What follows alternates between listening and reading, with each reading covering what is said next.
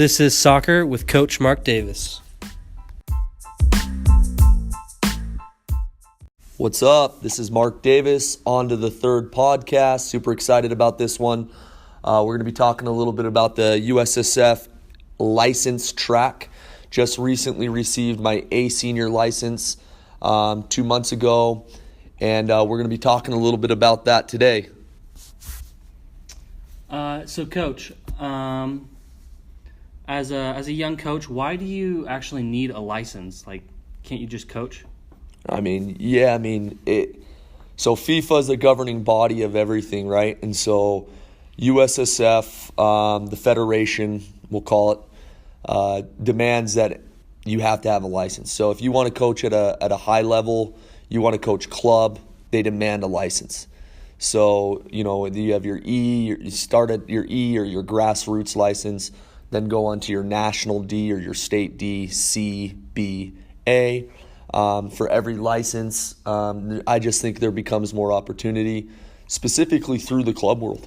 In the club world, if you're at the E, you only can coach one team. At the D level, if you have a national D, you're able to coach multiple teams in a club, and you just become a lot more marketable to the club, to the organization that you work for, and it just shows that you're committed. It shows that you're committed to your craft and wanting to get better.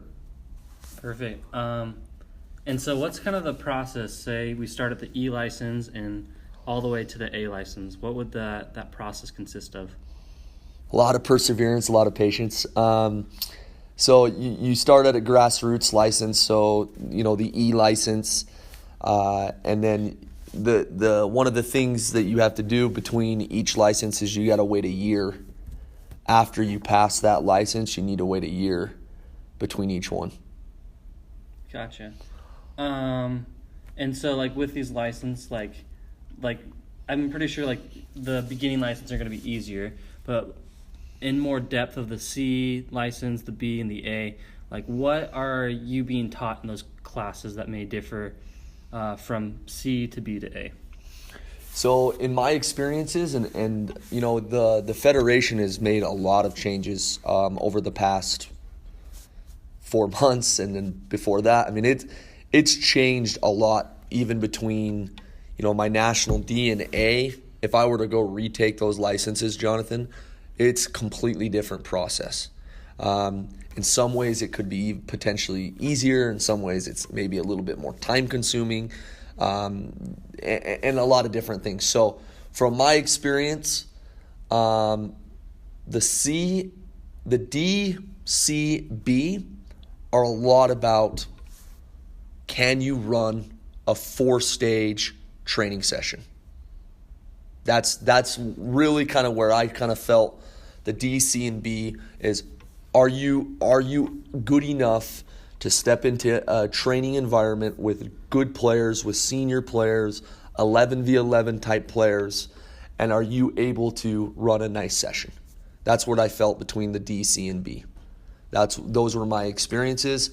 The A was a lot more about the game, specifically in the A senior, and I'm sure the A youth, it's a lot more like this as well. I've never taken the A youth license, but it's how do you manage a staff?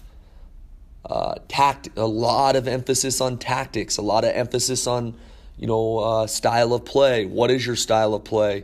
A lot of emphasis on reading cues, and when the team's pressing in this third of the field, what are you doing? And just things to that nature, where I feel, again, to restate myself, the C and the B, D is, can this coach run a 4-stage session? Perfect. And so from your experiences, what skills have you learned from taking your licensing? Like I said, perseverance and patience. A lot of coaches get hung up. I didn't like my instructor, or hey, I didn't enjoy that course, or whatever else. So it keeps them from going to the next license. you have to be super switched on. You have to be super hungry. And then, what other skills I learned? I became a better coach through the licensing. I become a better coach when I listen to a podcast. I become a better coach when I listen to a book. I'm always constantly becoming a better coach if I'm educating myself. And so that becomes very important for me is as a coach that's in charge of, lots of kids in regards to club and college. It becomes very important for me to just be constantly educating myself. So that's for me probably the biggest skills. I felt like, in the A license now, you go there 3 separate times, okay? So you go there 1 time, second time, third time. So I did it in 2018, 17, and we went in February, March, July. At the end of every single time I got in the Uber to go back to the airport, I was like, yeah, man, I feel like I'm a much better coach today than when I got off that plane. Awesome. And so do you think that, the licensing process may have like a hidden agenda? Like we want the coaches in the United States to coach kind of this way and not this way, or something along those lines? Yeah, so, back, not so much right now. At least I didn't feel that way in the A license. Now, Greg Berhalter's the new coach. Things could change. When the manager of the men's national team changes, sometimes the licensing changes a little bit. But when Jurgen was in charge, there was a big emphasis on failing. There was a big emphasis on it needs to be more difficult. Okay? And there also was a huge emphasis on the 4-3-3. Okay? So we want our youth being able to attack. We want our youth to being able to go forward and run at people and be able to make decisions on the ball and just be a very creative player. That was kind of Jurgen's big push. So now I don't feel that. I actually felt in my A senior, in my experience, it was the exact opposite. It was, okay, what types of players do you have? Do you have players, that are not good enough to build? Is the other team's press better than your build? Okay, if that's the case, you need to adjust your tactics. And that's the one thing I really like about the A license. Perfect. And so I know how you talked about the licensing process was failing more people. Just because you get failed in the licensing process at one point, does that mean you're a bad coach, or does it mean that you're a good coach if you pass? No, I know plenty of coaches that have a license that I don't rate them as coaches, and I know plenty of coaches that have failed licensing that I rate as a very, very good coach. Here's the thing though, Jonathan. If you fail and you're serious about football, you're serious about soccer and coaching in this country, I think you should go back and retest. Perfect.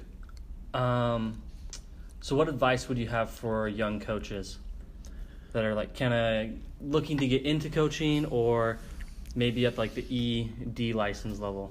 Keep it going. Don't stop. Don't put big breaks in, grind it out. It's expensive now. It's time consuming. It's difficult to get to.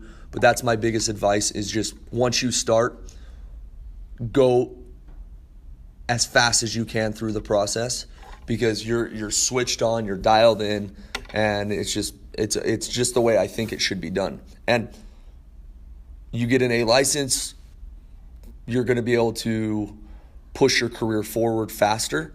So if this is your full-time career, if this is something you want to do for the rest of your life, I strongly suggest getting after it, getting it done as quickly as possible, and just putting a huge emphasis on it in your life. It's a big sacrifice. Going to North Carolina 3 times, did my B in Chicago, did the other in Portland. It's tough. There's a lot of travel. It's very expensive, but I think it's an important piece.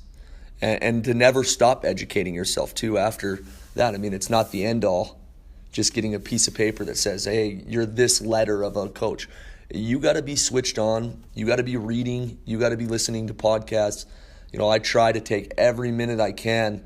I don't listen to music anymore. It's all about trying to build myself and listening to all sorts of different things to try to help myself be a better manager of people, be a better leader, and be a better coach. Perfect.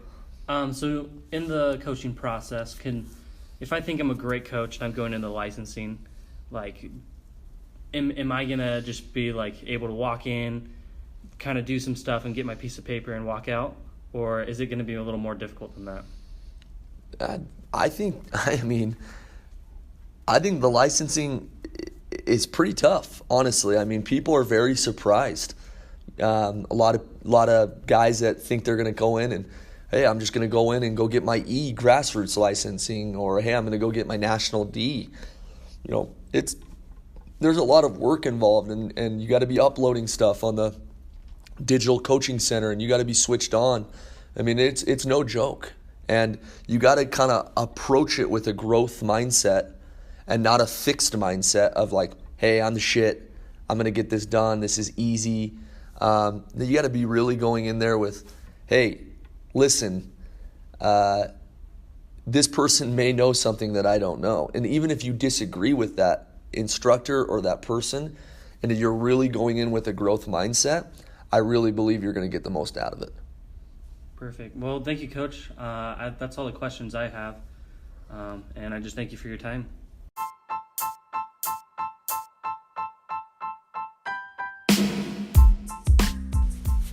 This is Soccer with Coach Mark Davis.